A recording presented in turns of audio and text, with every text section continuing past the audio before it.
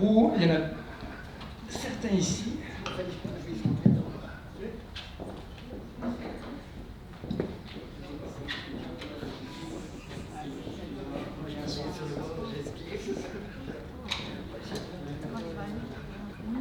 Voilà, okay. On a 3 micros pour 4 personnes. C'est parce qu'Elisabeth a absolument insisté à se joindre à nous. À nouveau, je vous lève le voile sur le secret, mais j'ai demandé à Elisabeth hier de participer au panel et elle a accepté de façon très gentille. Donc merci beaucoup, merci à tous les 4. Parfait, on va faire un petit tour de table, parce que quelque part on vous a vu dans la vidéo, mais on ne sait pas plus que ça, on n'a peut-être eu le temps de lire vos rôles. Et puis, de toute façon, mesdames Karine, là on ne sait pas, oui, alors là c'est quand même fort. On ne sait pas encore, donc je vous propose de prendre la parole et d'expliquer, mais on peut peut-être commencer par Karine.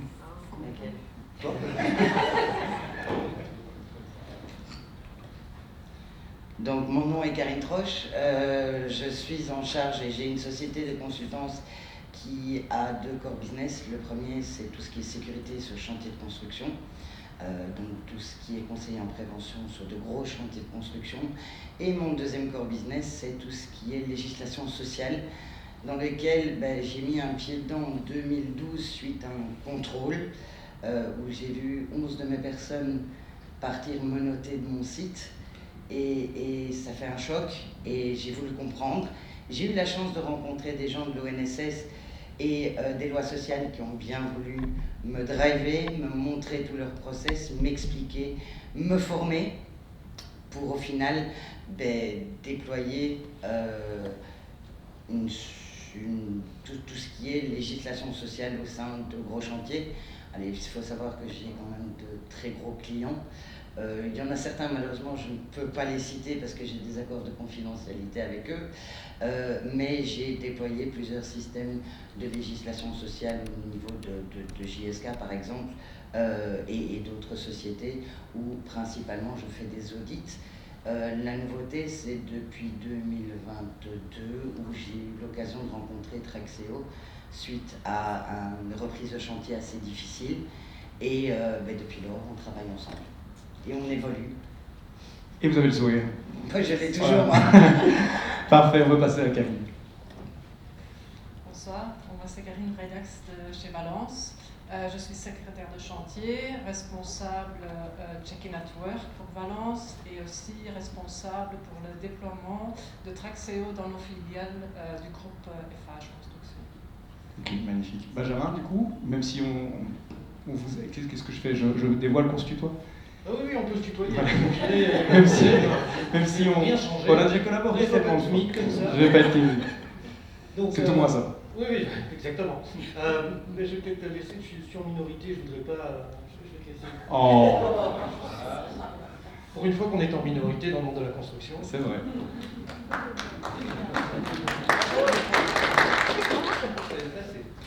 Merci Benjamin. Moi du coup c'est Elisabeth Momer.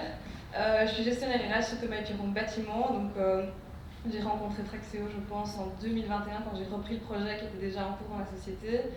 Je m'occupe vraiment du développement au niveau de la gestion des lignes de paye et de prestations, etc. Là où Traxéo était déjà implémenté pour la gestion ONSS au niveau de nos chantiers, du contrôle des documents de nos sous-traitants et de nos travailleurs justement. Mais ça ce sont tous mes collègues en gestion ONSS au niveau du service de production qui s'en occupent. Donc ici c'était vraiment le déploiement de la gestion des lignes de paye dans Traxéo. Voilà. Super. Et du coup Benjamin? Et donc Benjamin Bossoul, je suis le directeur informatique du groupe Thomas & Piron. Et donc voilà, moi j'ai accompagné l'implémentation de Traxéo au sein du groupe avec Elisabeth, en tout cas pour la partie Thomas & Piron Bâtiment. Super, merci à tous les 4. On va garder cet ordre-là. En fait, Karine, moi j'aimerais bien qu'on s'attarde un petit peu sur ce que vous avez dit pendant votre introduction. C'est que vous avez parlé évidemment de l'importance des contraintes réglementaires et des conséquences, tant légales on va dire, qu'en termes de licence exploitant. Est-ce que vous pouvez explorer un petit peu plus? Bon, vous avez déjà parlé de gens menottés, donc ça va être rigolo. Disons que moi je travaille pour les clients, les clients finaux, donc moi je dois m'assurer que toute personne qui rentre sur le chantier est en droit de pouvoir travailler en Belgique, à savoir que je travaille sur des chantiers où il y a entre 1000 et 1600 personnes par chantier. On connaît le dumping social tout autant qu'on est ici. Globalement, on fait monter des entreprises étrangères parce que c'est moins cher, parce qu'ils veulent travailler plus d'heures, parce que blanc, parce que noir, parce que vert. Mais tous ces gens arrivent ici, ils n'ont pas la moitié des papiers. On les accueille, on les fait rentrer sur chantier, et puis tout d'un coup, il y a l'ONSS qui arrive, il y a les lois sociales qui arrivent. Et pourquoi? Parce que au niveau de Checking at Work, il y a eu des flags. Donc chaque fois que quelqu'un fait un Checking at Work, il y a un flag rouge qui se met à l'ONSS si jamais ce n'est pas correct. Et au fur et à mesure, ils regardent quelles sont les sociétés qui ont le plus d'impact ou le plus de faulty au niveau des Checking at Work. Et c'est vers ces sociétés-là qu'ils vont venir pour essayer de comprendre pourquoi. L'impact qu'on a, au niveau du client, la majeure impact, c'est la réputation. Ça, c'est déjà une chose pour le client final. Et puis les amendes derrière, il faut juste savoir une chose, c'est que par personne, par jour, ça peut être jusqu'à 4 000 € d'amende pour des Checking at Work erronés, voire manquants. La société qui a une cinquantaine de personnes sur site qui n'est pas déclarée, c'est 50 fois 4 000 fois le nombre de jours où il est en Belgique. Ça monte vite, ça monte très vite. Ça peut faire mal. Le deuxième point, c'est que le client final est toujours co-responsable. Donc si la société qui vient travailler pour le client final ne paye pas, l'ONSS et les lois sociales vont se retrouver pour avoir le paiement via le client final. Et de nouveau, là, c'est le problème de réputation. Et les grosses boîtes, elles n'aiment pas les problèmes de réputation. Non, ça rappelle certains cas. Et la presse aime bien par contre. Hein. Oui. En 2022, en 2018, la presse a beaucoup aimé. Oui, effectivement. Mais voilà, mais donc justement, il faut éviter ça. Donc oui. Ça, je pense que ça paraît clair. Donc du coup, voilà, vous avez dit tout à l'heure, vous êtes tourné vers Traxéo, vous nous avez rencontrés. Alors aujourd'hui, comment ça se passe? Comment est-ce que Traxéo vous aide à faire cet accueil de sous-traitants, notamment, par exemple, ici on a parlé de Checking at Work et de documents, mais aussi... Mais on a été beaucoup plus loin avec vous, en fait. On a commencé avec le Checking at Work et les vérifications au niveau des tourniquets. Et puis on est passé à un autre chantier où il y avait 1000 à 1500 personnes qui étaient annoncées. On a regardé un petit peu les différentes nationalités qui étaient présentes. On a regardé le temps qu'on a pris en tant que sécurité pour donner les inductions. Ça se comptait sur un an à 6 heures par jour x 5 fois 3 personnes au minimum. Et là, on s'est dit, il faut trouver une solution. Donc je suis arrivé chez François et Charles en leur disant, il me faut un système pour gérer la documentation. Donc ils m'ont proposé MyLegalDoc. Et maintenant j'ai une équipe de 4 personnes qui gèrent 3 chantiers juste avec MyLegalDoc.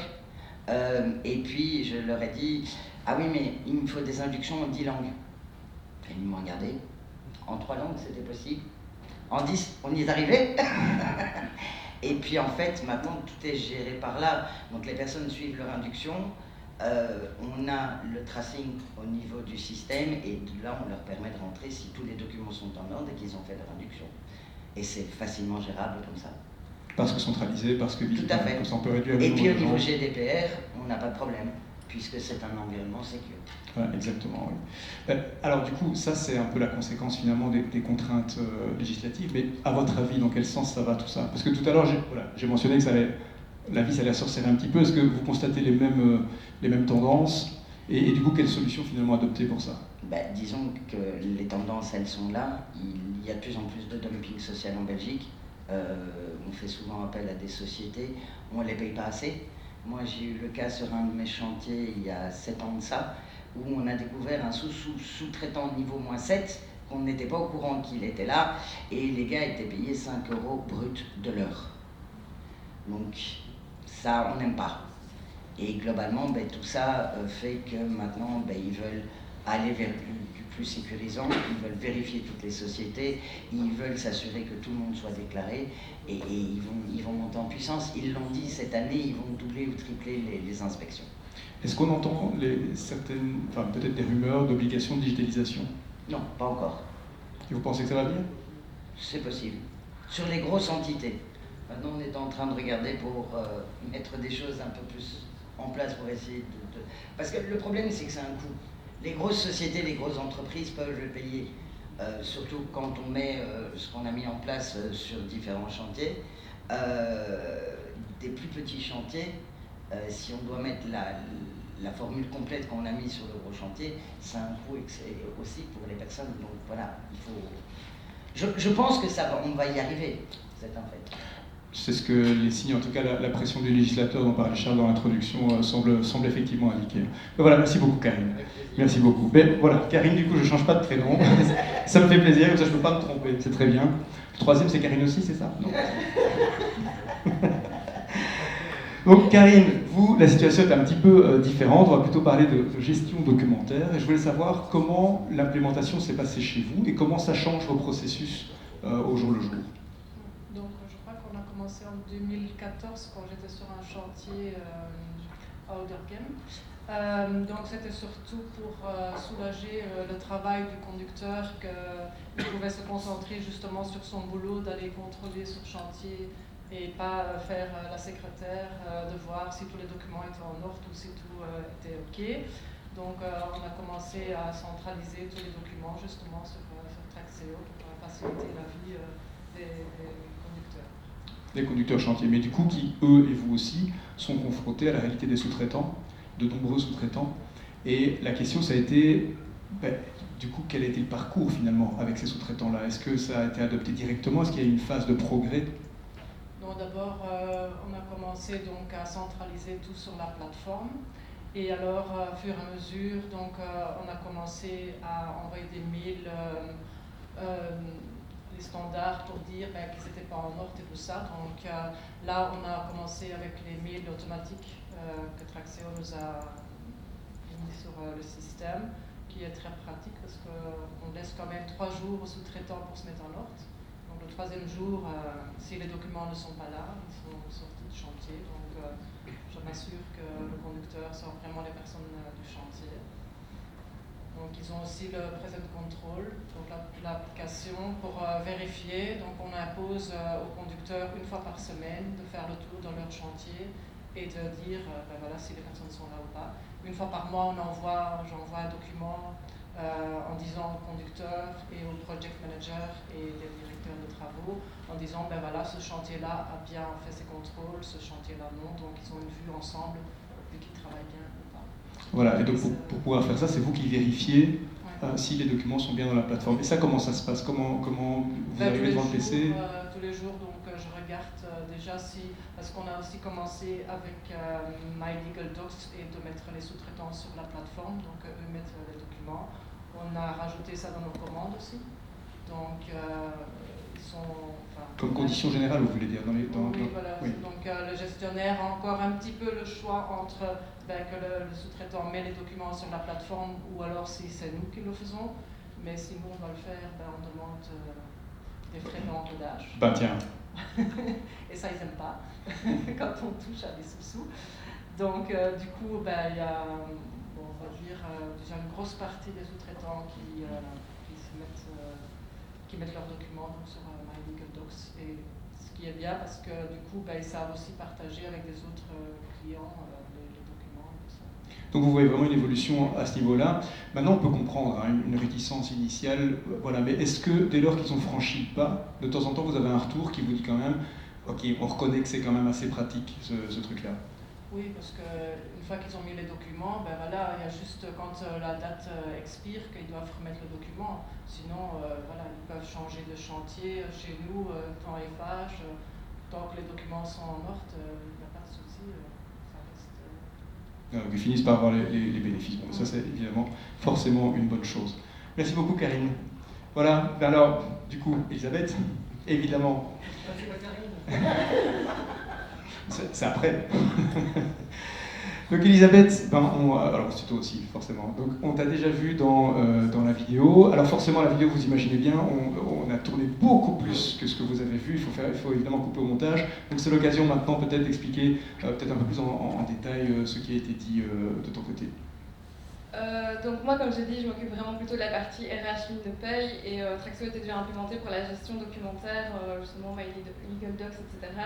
Donc ça a été vraiment complémentaire. C'est un projet que j'ai repris un peu au pied levé au moment où je suis arrivée. J'étais toute nouvelle dans la fonction, donc pour quand même parler du côté humain, je remercie Olivier que je vois ici, avec qui j'ai collaboré et qui m'a vraiment accompagnée et aidée à trouver vraiment une solution qui était optimale. L'idée principale, c'était que de récupérer toutes les feuilles d'heure qui étaient historiquement en papier, de tout digitaliser et que le traitement de la paye puisse se faire de manière plus automatisée, réduire notre charge de travail au niveau du service RH, dans l'encodage, mais aussi au niveau du contrôle de gestion des heures, étant donné que chaque ouvrier, la spécificité chez nous, va venir encoder vraiment par chantier, par bâtiment, par bloc, par étage maintenant, en sous-activité. Et donc ça devient très très précis pour le chef d'équipe et même pour les RH, quand on devait tout réencoder à la main, ça prenait énormément de temps au niveau du traitement. Dans la paye, je gagne maintenant 5 jours de prestation de mon côté. C'est pas un euphémisme parce que vraiment, sinon j'ai été engagée pour ça. Initialement, je faisais que ça. Aujourd'hui, je suis heureuse de dire que c'est vraiment devenu une partie détail de ma prestation parce que justement, je gagne du temps tout simplement, pour le dire comme ça. Et même pour notre contrôle de gestion, la donnée est beaucoup plus fluide, pour nos gestionnaires aussi, je pense, parce qu'elle est accessible via du reporting, Excel, etc., comme on a vu ici justement.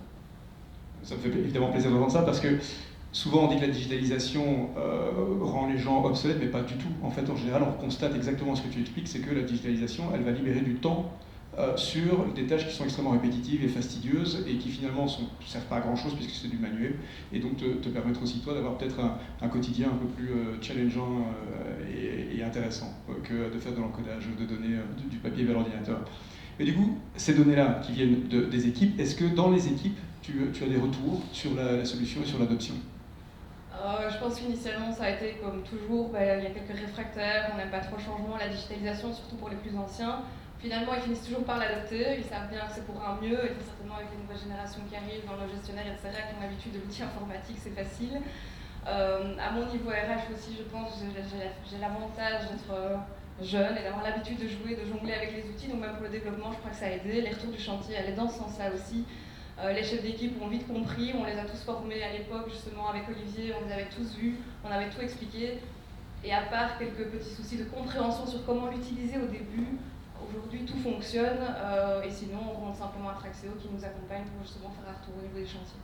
Ok, nickel. On a vu aussi une petite diminution, enfin je le pose sous forme de question, par exemple des petites erreurs qui pouvaient se glisser parce que parfois soit il manquait un truc, une feuille et puis on ne payait pas à temps, ou bien il y avait une erreur, un chiffre qui avait été mal lu, ce genre de choses. Oui, quand on réencode tout à la main, les erreurs elles sont inévitables, je pense.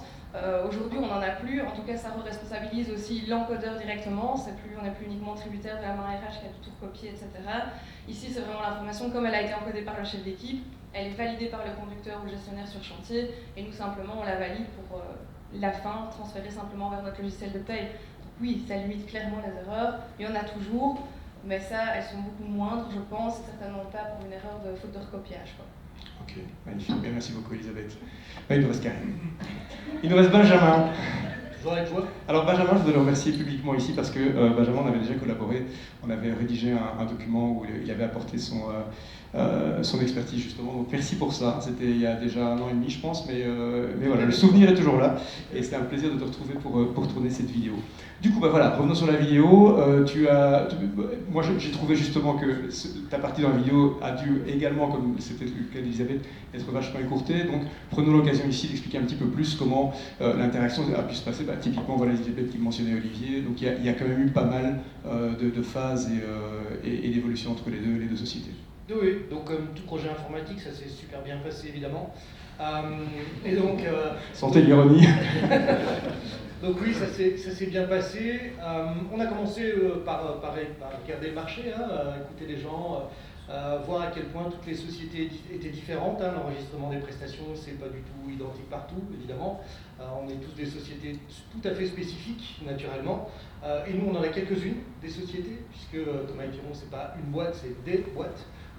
C'est des boîtes en Belgique, c'est des boîtes au Luxembourg, c'est des boîtes en Suisse. Et donc heureusement on a dû gérer que les boîtes belges au début. Et donc on a un peu étudié le marché, donc on s'est dirigé vers Traxéo un peu naturellement, puisque la solution qui était proposée nous convenait relativement bien. Et surtout il y avait je dirais le relationnel avec les acteurs qui était assez simple. Il faut savoir qu'on est une société qui est relativement grande en Belgique, avec oui, effectivement, quelques réfractaires au changement, on peut dire ça. Et donc voilà, donc ça n'a pas toujours été... On veut des noms, Benjamin. Non, je n'en donnerai pas, peut-être après. Mais donc voilà, donc le projet s'est bien déroulé. Je pense que je suis assez content d'entendre que effectivement les retours de terrain sont relativement positifs, parce que l'informatique est bien trop souvent utilisée comme moyen de coercition pour modifier les processus, alors que ce n'est pas du tout la finalité. Je pense qu'à la base, l'informatique est là pour soutenir les processus, mais il faut accepter d'échanger avant, et il est trop simple maintenant d'utiliser l'informatique pour changer les process, alors que c'est l'inverse qui doit être fait. Alors ça, c'est super intéressant, parce que là, on sent évidemment l'expérience du directeur informatique, mais justement, tu viens de mettre deux choses en regard, la taille du groupe et quelque part la diversité un petit peu du groupe dans les différentes boîtes, comme tu disais, qu'il compte. Donc, est-ce que tout le monde fonctionne un peu à la même vitesse? Et est-ce que l'adoption de ce type de solution va fonctionner partout de la même manière? Alors, j'utilise souvent un mot, une phrase chez nous, c'est adopter versus adapter. Nous, on adore l'adaptation. Or, dans la vie courante, il est bon d'adopter les choses. Donc ça, c'est assez compliqué. Alors, est-ce qu'on a tous la même vitesse? Certainement pas. Alors, TP, c'est une boîte qui a presque 50 ans.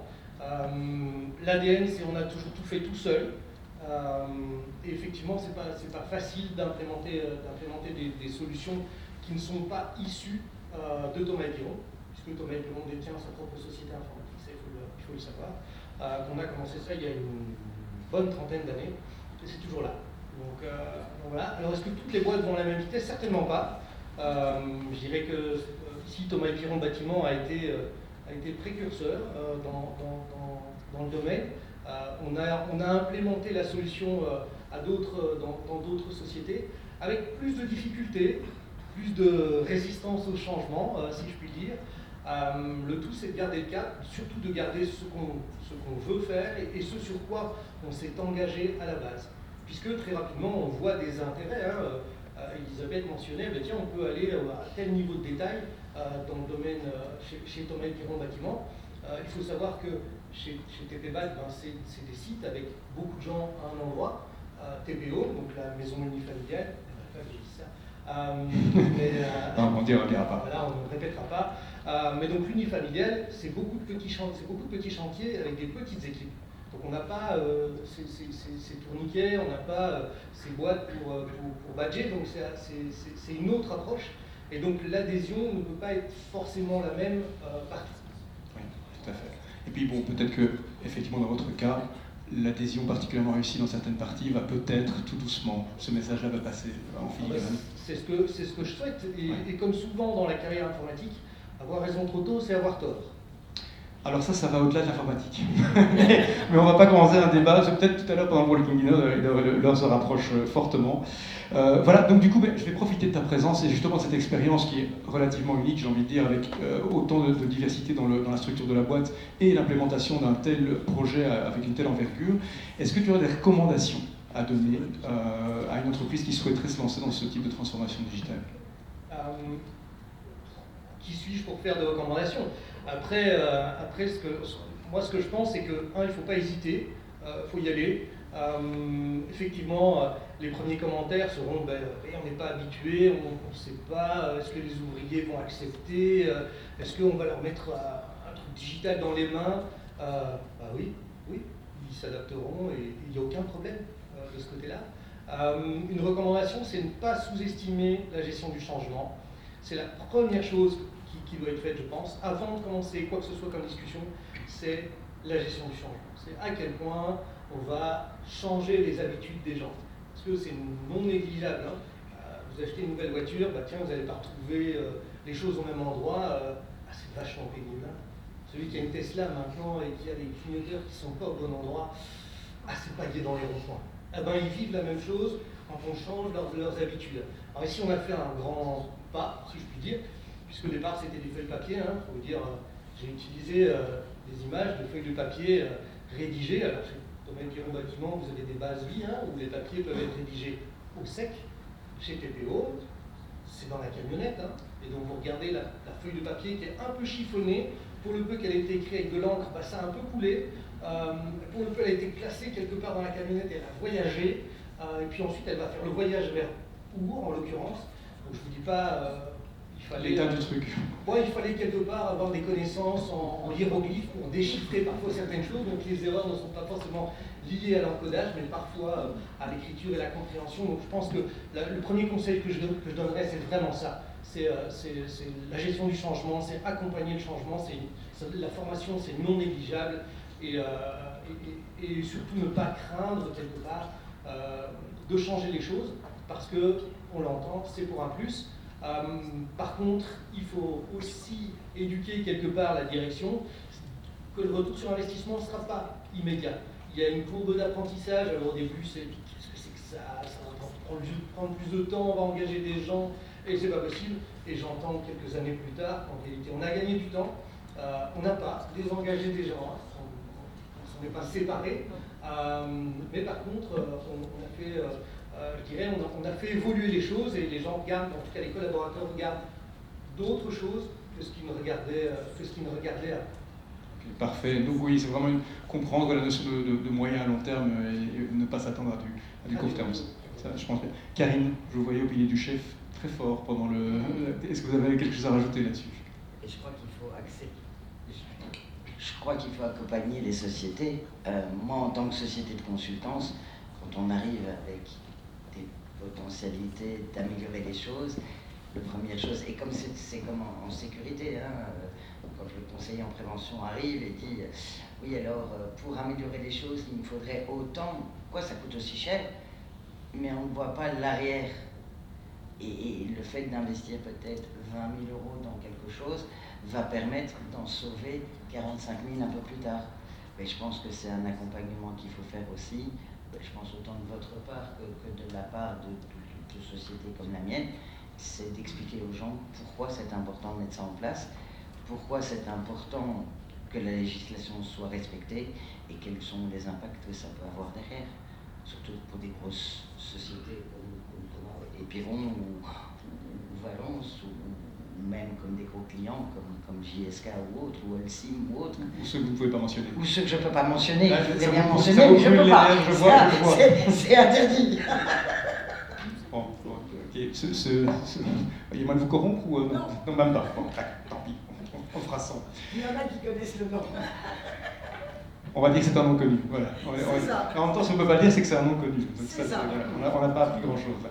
Voilà, parfait. Mais si ça peut vous aider de toute façon, il y a sur le site de Traxio, il y a plein de témoignages clients. Donc ça apprend bien les bénéfices aux gens, on essaie de les mettre en lumière le mieux possible. Et encore merci, du coup, voilà, je me perds en remerciements. Mais je vous propose de les applaudir très fort parce que c'est retour, c'est plongé vraiment dans la réalité. Et donc que ça peut représenter au quotidien. Voilà, donc c'est là qu'on voit aussi la préoccupation de Traxio dans le fait de coller un maximum au terrain. Eh bien voilà, écoutez, on arrive au terme de la présentation, on ne voulait pas que ce soit trop long, on voulait vraiment que ce soit un moment qui passe relativement vite, qui ait énormément d'informations qui soient données mais de manière enrichissante. Alors évidemment, ça ne se limite pas uniquement à ce qu'on a fait ici, donc là ici on vient de faire le panel. Est-ce que vous avez par exemple des questions, tant qu'on les a encore à la table, pour nos intervenants? Ou alors vous préférez les garder pour après? Ah, voilà, on a un courage derrière. Je vous écoute. Une question.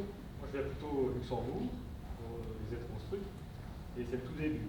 Ça fait un mois et demi qu'on est en train d'implanter, mais est-ce que toute la partie en Belgique sur l'ONSS et tout ça, légal, ça a un intérêt, ne fût-ce que dans une bonne organisation d'entreprise, de quand même l'implémenter, même si on n'est pas obligé? C'est une excellente question. Est-ce que vous êtes plutôt poussé par l'obligation légale, ou est-ce que, malgré tout, s'il n'y avait pas cette obligation légale, des intérêts à le faire?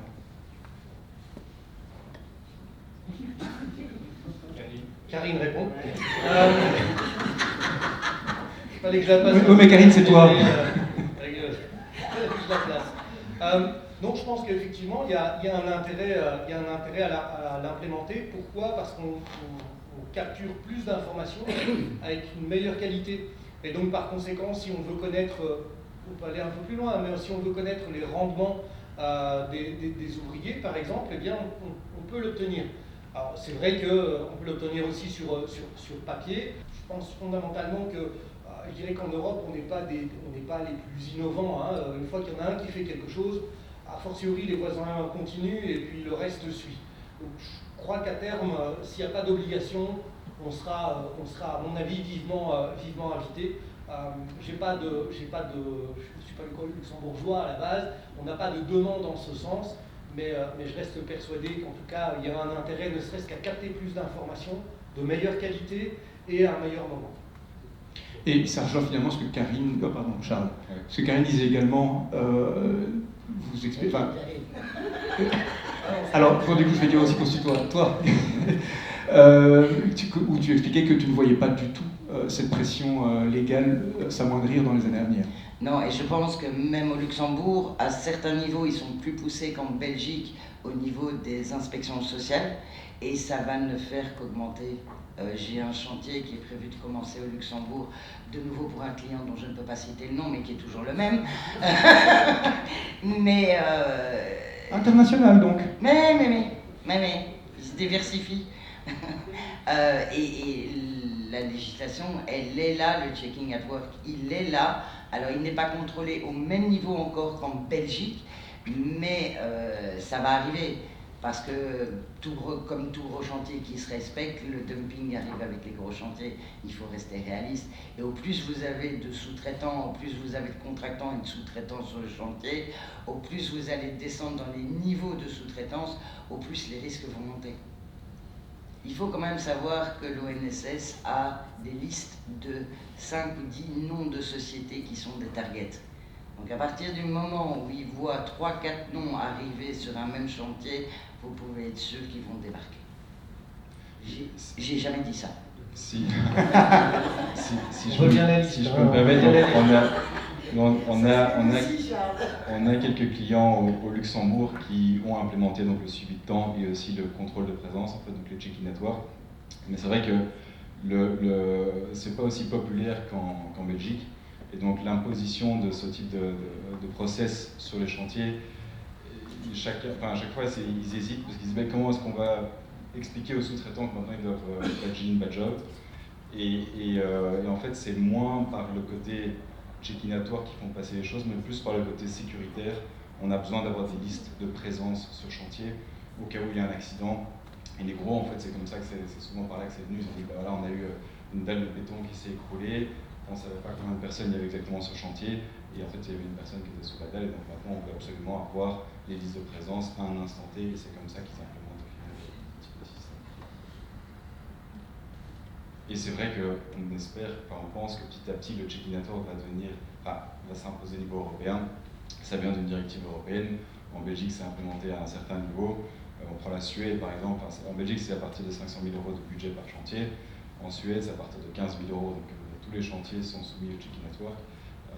Dans les pays, ça va chacun son rythme. Pour information, il parle de passer à 0.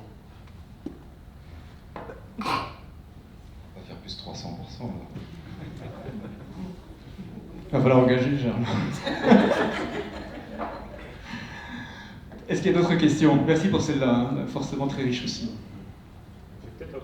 Ah bah parfait. Oui, il faut voir s'il est aussi avec la première. Je découvre.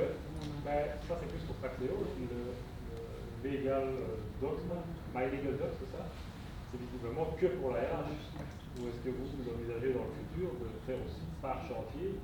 Parce qu'il y a aussi toute une série de documents, je pense notamment au plan de sécurité, qui seraient accessibles et qui permettent de pousser le sous-traitant à se mettre en ordre au moins des documents de base. Le plan sécurité, il y a quoi dedans? Les requis sécurité d'un chantier de construction. Oui, donc c'est par rapport aux risques et aux dangers qui vont rapporter en ayant travaillé dans la liste. C'est ce qu'on a intégré dans la liste chez toi. On n'est pas rentré jusque-là, mais on sait ce que oui, on pense intégrer dans le futur. Nous, on a intégré, c'est l'induction. Mais bon, on n'est pas non plus un outil de gestion documentaire pour chantier. Ça, je pense qu'il ne faut pas oublier ça. C'est comme plus une plateforme de gestion des ressources de base. Donc oui, il y a vraiment d'autres choses, mais en tout cas, aujourd'hui, on est focus sur la gestion des ressources. Mais c'est vrai que si le plan de sécurité rentre dans le fait qu'il faut avoir l'introduction sécurité et que c'est ça qu'il faut checker, ben là, il faut bien changer. Je sais pas. Bien sûr, c'est une stratégie. D'autres questions peut-être, que ce soit pour les équipes Traxéo ou... Voilà, merci.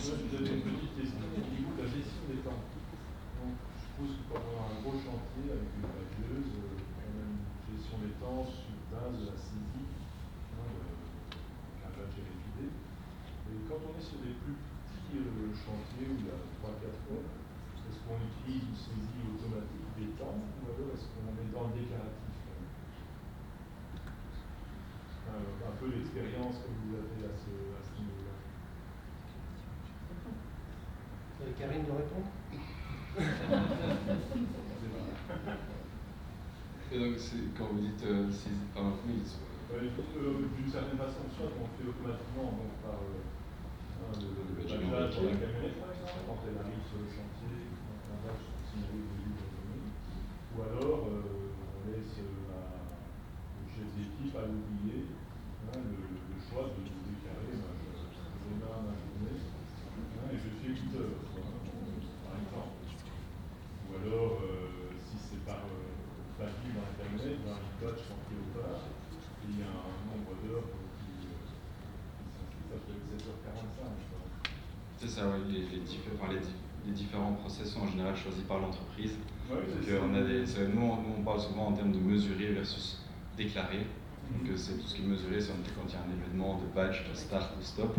Et puis ce qui est déclaré, c'est souvent en fin de journée, les gens disent, ben voilà, j'ai travaillé 7 heures sur la journée, 2 heures sur tel chantier, 2 heures sur tel chantier, 3 heures sur tel autre chantier. Donc ça c'est... Il y en a aussi, on a même des clients aussi qui mixent les deux, au sens où typiquement avec des petites équipes, même qui sont itinérantes, et bien on peut avoir le travailleur qui va badger sur le smartphone du chef d'équipe, début, fin de journée, et puis le chef d'équipe lui va décomposer la journée des gens en disant ben voilà, on a travaillé tous 2 heures sur tel chantier, et puis 2 heures sur tel chantier, donc on a les deux informations déclarées et les informations mesurées. Nous on aime beaucoup le fait de travailler avec des informations déclarées parce qu'en général on responsabilise en fait beaucoup plus d'un côté la personne qui déclare, parce que quand on fait du mesuré, ben, un badge, ça les gens peuvent oublier, et donc ben voilà, si on a oublié, on n'a pas le badge du matin, ben, ça veut dire que niveau RH ils n'ont pas les bonnes informations, alors que quand on a la possibilité de fin de journée valider, ben, en général les erreurs au niveau RH elles sont très, très rares. Donc je pense qu'il faut retenir, c'est que Traxéo offre les différentes possibilités. Chez TP donc pour la partie unifamiliale, donc pour la partie unifamiliale, on va décorréler la partie enregistrement, donc la géolocalisation des véhicules, donc le badging dans le véhicule, et la déclaration du travail de la journée en fait. Donc ça a été toute une discussion. Alors, il faut savoir que c'est intéressant, cette question est intéressante parce que quand on fait ça pour les maisons, dans l'unifamilial, en fait ce qui se passe c'est que parfois la localisation ne permet pas une connexion. C'est parfois dans des zones blanches et donc ça peut parfois créer un souci, ce qui a amené certains développements, si je me rappelle bien. Le mode offline. Voilà, le mode offline qui a permis justement de déclarer, ou en tout cas dans des zones où la couverture de connectivité n'est pas suffisante, eh bien on a pu trouver des solutions. Mais on a décorrélé, nous, la partie mobilité de la partie prestation. Ce qu'on peut entendre aussi, c'est que ça dépend de la population également. Vous avez des gens qui vont être beaucoup plus scrupuleux que d'autres avec l'utilisation des méthodes automatiques. Et donc, parfois, il vaut mieux passer par une méthode ou par une autre. Ça dépend aussi vraiment des personnes à ce moment-là. Oui, une question de confiance et une question de durée aussi. Oui, tout à fait. Il y a quand même un système de contrôle par la supervision sur le chantier ou n'importe qui peut écrire n'importe quoi? Non, n'importe qui peut écrire n'importe quoi. Ça marche bien, ils sont payés, ils sont contents. Non, bien sûr, mais oui, c'est un excellent point à mentionner. Évidemment, il y a des workflows de validation qui sont tout à fait paramétrables, à nouveau adaptables à la structure de la société telle qu'elle est. Et donc, oui, non, ce qui part en paye est cadenassé. C'est littéralement le cas de le dire, puisque ça fonctionne avec un système de cadenas dans l'application. Pour prendre un peu l'exemple chez nous, justement, le chef d'équipe, nous, on veut absolument qu'il encode parce que ce qu'on veut faire de la donnée, c'est que la prestation, c'est une porte d'entrée pour aussi voir un peu les prestations qu'ils ont fait. J'avais parlé des blocs, des étages, vraiment de l'activité. Donc nous, les prestations, on ne veut pas qu'elles soient juste mesurées, pour reprendre le terme, parce qu'on veut vraiment qu'ils déclarent exactement ce qu'ils ont fait. Après, l'information, de fait, elle est passée dans un workflow en fonction du conducteur, où le gestionnaire, si le conducteur n'est pas là, voire les deux. Le conducteur va avoir une obligation de validation, le gestionnaire une visibilité. peut aussi valider, mais elle n'est pas bloquante. Au niveau RH, nous on voit quand l'information est juste reported, donc elle est envoyée par le chantier tout simplement. Donc je vois qu'elle a été faite par le chef d'équipe, au moins j'ai l'information tout de suite. Et puis je vois que c'est devenu validation opérationnelle numéro 1, je sais que le conducteur est passé dessus. Et donc je sais que le conducteur a validé justement le type de prestation sur le chantier, le découpage, ce genre de choses-là. Et puis moi je vais venir cadenasser en rouge pour dire ok, cette prestation on ne les touche plus, elle est bonne pour la paye. Et donc ça veut dire que si le chantier vient venir envoyer autre chose, ça ne remontera pas parce que moi j'ai cadenassé. Bon, évidemment, du coup, parfois ils vont nous appeler en disant j'ai fait une erreur quand j'ai validé, pas de souci, moi je sais décadenasser, j'ai toujours au niveau RH la main pour remodifier. Et puis simplement quand je fais mon import vers mon logiciel de paye, ce sont tous mes cadenas rouges qui s'envoient, donc a priori une donnée que j'ai vérifiée, tout simplement. Et puis au niveau du contrôle de gestion chez nous, ils vont venir vérifier toutes les données aussi qui ont été verrouillées, donc validées par le chantier. Donc le chantier sait aussi s'attendre au niveau en termes d'heures de prestations sur ce qui va ressortir tout simplement. Donc c'est validé. Alors là, une question, c'est possible en début de journée d'indiquer qui est sur le chantier et en fin de journée, alors choisir quelle était l'activité. C'est ça que vous faites? Ils savent faire plusieurs choses, soit que le chef d'équipe sait sélectionner toute l'équipe, dans notre cas, et donc dire on a tous fait X heures sur tel chantier, principalement souvent sur le même chantier chez nous sur la journée, ou alors on sait dire ces 2-3 là on fait cette activité là, donc 3 coffreurs on fait cette activité là, j'ai 2 maçons ils ont fait celle-ci, le dernier maçon il a fait plutôt celle-là, donc tout est vraiment, ou alors on s'est encodé personne par personne, c'est vraiment au choix, c'est vraiment modulable pour le coup. C'est pour ça que je choisis. C'est pour ça que j'ai choisi Praxéo, je voilà. n'ai pas encore testé. Et c'est pour ça qu'on voulait Thomas et Pierrot. Alors on l'a scène. Voilà. Je pose beaucoup de questions, mais ne vous en faites pas, tant qu'il n'y a pas quelqu'un d'autre qui lève la main et que vous ne l'écrasez pas. Est-ce qu'une PME qui n'a pas de service informatique prend un risque à installer un outil comme Praxéo ou ça a été tranquille? Alors juste au dernier mot, c'était tout à fait juste. C'est le tranquille qui est passé un peu moins bien. Donc est-ce qu'une PME prend des risques? Non, je crois pas, du tout. Du tout.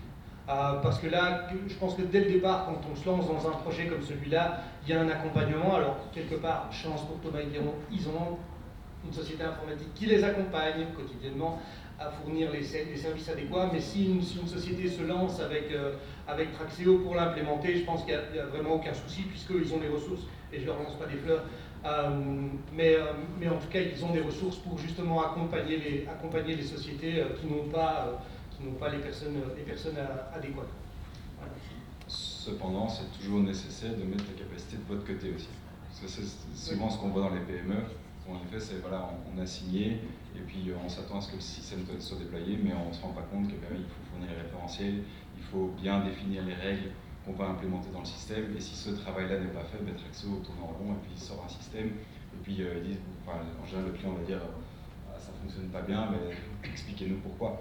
Et donc ça c'est l'aspect très important dans les PME, c'est d'avoir un vrai chef de projet qui va bien tout cartographier. D'ailleurs, c'est pour les PME et pour les grosses entreprises, parce que je pense que tout le monde le vit. Tant que s'il n'y a pas de capacité réelle de project management, ça pose toujours problème. Je pense que si les étapes sont bien suivies, de manière générale, de bien définir les process, ensuite implémenter la solution, et puis après travailler au change management, ça fonctionne très bien. Mais si on implémente la solution avant de définir les process et en faisant du change management avant, ça ne marche pas.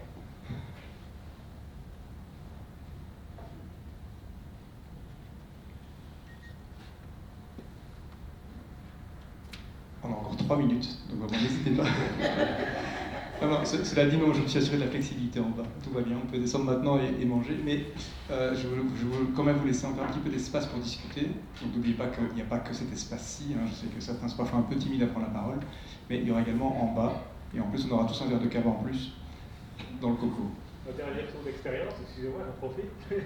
C'est très bien. En termes de device sur chantier, vous avez testé des tablettes, des petits smartphones, des grands smartphones. Je sais que le Nokia 3210 ne fonctionne pas, mais... On en a plusieurs. Les chefs d'équipe encodent sur un smartphone, parce que c'est plus facile, ils ont dans leur poche, ils ont un numéro de GSM, etc. Les tablettes sont équipées les chantiers sont équipés de tablettes, pardon. Donc le conducteur de chantier a à disposition une tablette pour valider. Les plus grosses équipes ont accès à une tablette justement parce qu'alors sinon il y a beaucoup de personnes. Et alors les conducteurs et gestionnaires ont aussi accès à l'application sur PC, sur Windows. Et donc pour la validation, c'est encore plus simple et c'est voilà.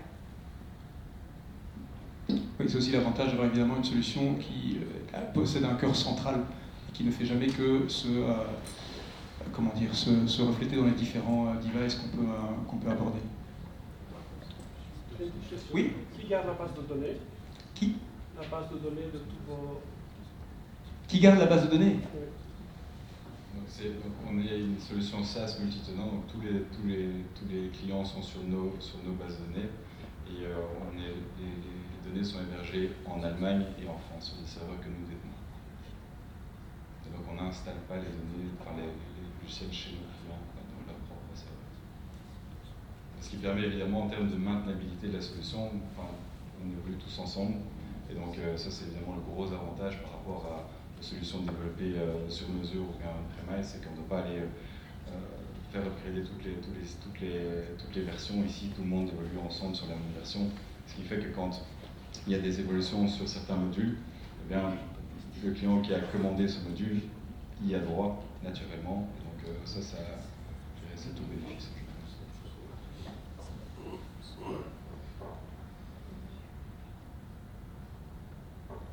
Je vois les équipes techniques derrière, si vous voulez ajouter quelque chose, n'hésitez absolument pas. Ça doit vous chatouiller, ce genre de questions, c'est pas possible.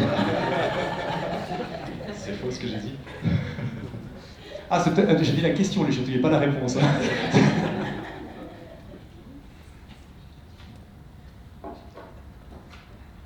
On est bon plus ou moins, il n'y a pas de regret? De toute façon, donc l'équipe Traxéo technique est là-bas au fond. Ah voilà, photographiez les liens. Si vous avez des questions, produits, techniques, surtout n'hésitez pas. Parce que comme on disait, l'objectif du reste de la soirée, c'est l'échange et donc n'hésitez pas. Voilà, justement, je vais vite faire un petit remerciement à nouveau personnel à Bruno qui nous a rejoint en cours de présentation de chez Thomas et Piron, que vous avez vu dans la vidéo aussi, donc merci pour... alors tu l'as pas vu du coup, mais voilà, tant pis, si tu l'as vu à mon avis tu vas le recevoir par email. Mais donc voilà, moi je voulais vous remercier encore une fois d'être venus, on est super nombreux, c'est fantastique, le panel était d'une qualité absolument incroyable. Merci aussi pour votre participation, pour les questions. On a essayé je le disais tout à l'heure, de garder les choses relativement courtes et digestes, même s'il y avait énormément d'informations, mais l'idée c'était que ce soit absolument riche et surtout l'idée c'était de vous permettre d'avoir un endroit de discussion, de mieux connaître les gens. Une fois qu'on s'est rencontrés en vrai, évidemment ça rend les choses par la suite encore beaucoup plus faciles, donc ça c'était une des ambitions. Donc ce qu'on va faire maintenant, c'est continuer dans cet esprit de convivialité. On a un walking dinner qui nous attend en bas avec un petit drink de clôture, et donc les discussions vont continuer bon train. N'hésitez pas à discuter entre vous aussi, comme je l'ai dit tout à l'heure, je le rappelle, on a des clients, on a des partenaires, on a des gens qui sont intéressés par nos solutions, qui ne sont pas encore clients. Mais voilà, n'hésitez pas à échanger sur vos projets, c'est riche et on est là pour ça. Je vous remercie beaucoup et je vous souhaite un excellent moment maintenant. Et moi je vous dis déjà à la prochaine édition de la Traxionette.